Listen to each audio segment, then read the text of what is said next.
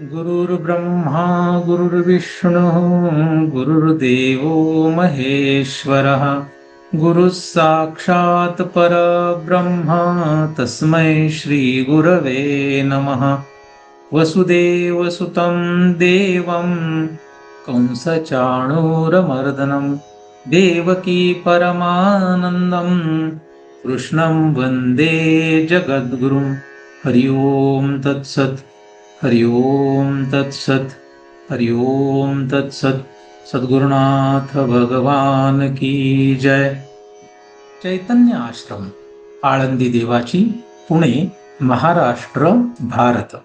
संस्थापक ब्रह्मीभूत सद्गुरु श्री अनाप महाराज, इनकी असीम कृपा से श्रीमद् भगवद गीता का यह एक विशेष अभ्यास हम लोग कर रहे हैं। आज पहले अध्याय का 16 क्रमांक का श्लोक हम लोग देखेंगे। अनंत विजयम राजा कुंती पुत्रो युधिष्ठिरः नकुलः सहदेवश्च सुघोषमणिपुष्पकौ। इस श्लोक की अवतरणिका। कुंती पुत्र राजा युधिष्ठिर और माद्री के पुत्र नकुल और सहदेव, इन्होंने कौन कौन से शंख बजाए यह बताते हैं। पदच्छेद और शब्दार्थ। अनंत विजयम, अनंत विजय को। राजा, राजा। कुंती पुत्रः, कुंती पुत्र ने। युधिष्ठिरः, युधिष्ठिर ने। नकुलः, नकुल ने।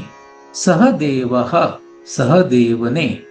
च और सुघोष मणिपुष्पकौ, सुघोष मणिपुष्पक को। अन्वय। कुंती पुत्रः राजा युधिष्ठिरः अनंत विजयम नकुलः सहदेवः च सुघोष मणिपुष्पकौ दधमो।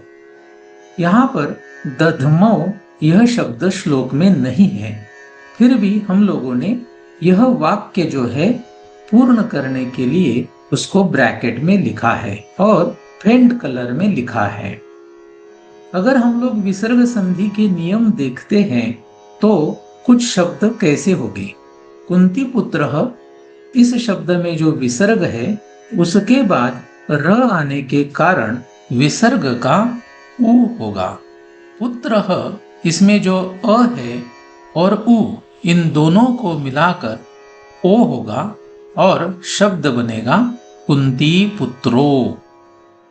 युधिष्ठिरः, इस शब्द में जो विसर्ग है उसके बाद में अ आने के कारण उस विसर्ग को उ का आदेश होगा, तो र का अ और विसर्ग जो उ हुआ है वो दोनों मिलकर ओ हो जाएगा और युधिष्ठिरो ऐसा शब्द बनेगा।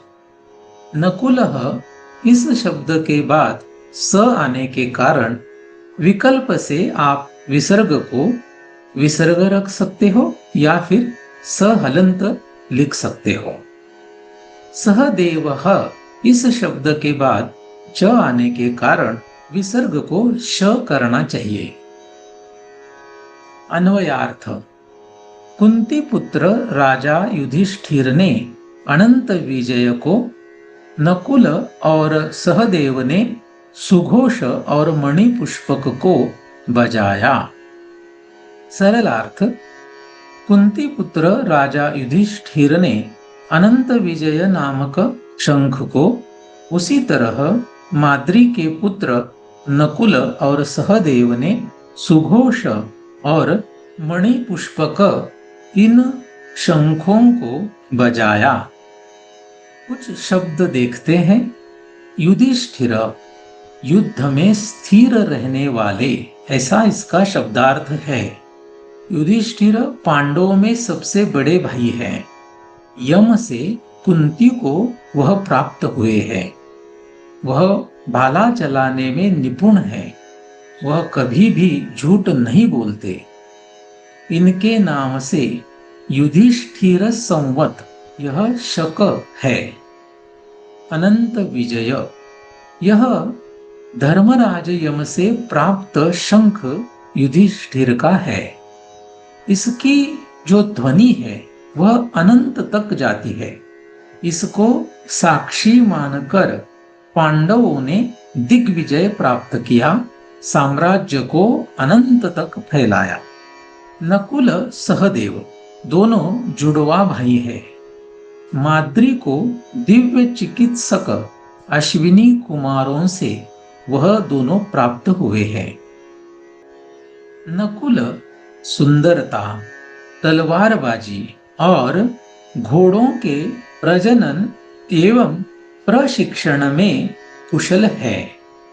सहदेव बुद्धिमत्ता, ज्योतिष और दूरदर्शिता के लिए प्रसिद्ध है। सुघोष किसी भी नकारात्मक शक्ति का नाश करने वाला नकुल का यह शंख है। मणिपुष्पक मणि और मणिकों से अत्यंत दुर्लभ यह सहदेव का शंख है। नकुल और सहदेव को उनके शंख अश्विनी कुमारों से प्राप्त हुए थे। भगवान श्री ज्ञानदेव महाराज जी ने इस श्लोक के ऊपर 2 ओवियां लिखी हैं। यहाँ पर हमने 3 ओवियां लिखी हैं। तब भीमसेन आवेश में आया, मानो महाकाल क्रोधित हुआ। उसने पौंड्र महाशंख बजाया। वह महाप्रलय के मेघ के जैसे गड़गड़ाया। तो यह जो आज की ओवी है, इसमें पिछले ओवी में जो भीमसेन का शंख है, उस शंख के परिणाम को बताया है और इस कारण हमने यह ओवी यहाँ पर लिखी है। तब युधिष्ठिर ने अपना अनंत विजय नामक शंख बजाया। नकुल ने सुघोष, सहदेव ने मणिपुष्पक नामक शंख को बजाया, जिसके नाद ने यमराज को उलझाकर आश्चर्य में डाल दिया। तो आज के लिए बस इतना ही। कुंडलीक वरदा हरि विठ्ठल श्री ज्ञानदेव तुकाराम पंढरीनाथ भगवान की जय। माऊली ज्ञानेश्वर महाराज की जय। जगद्गुरु तुकाराम महाराज की जय। सद्गुरुनाथ भगवान की जय।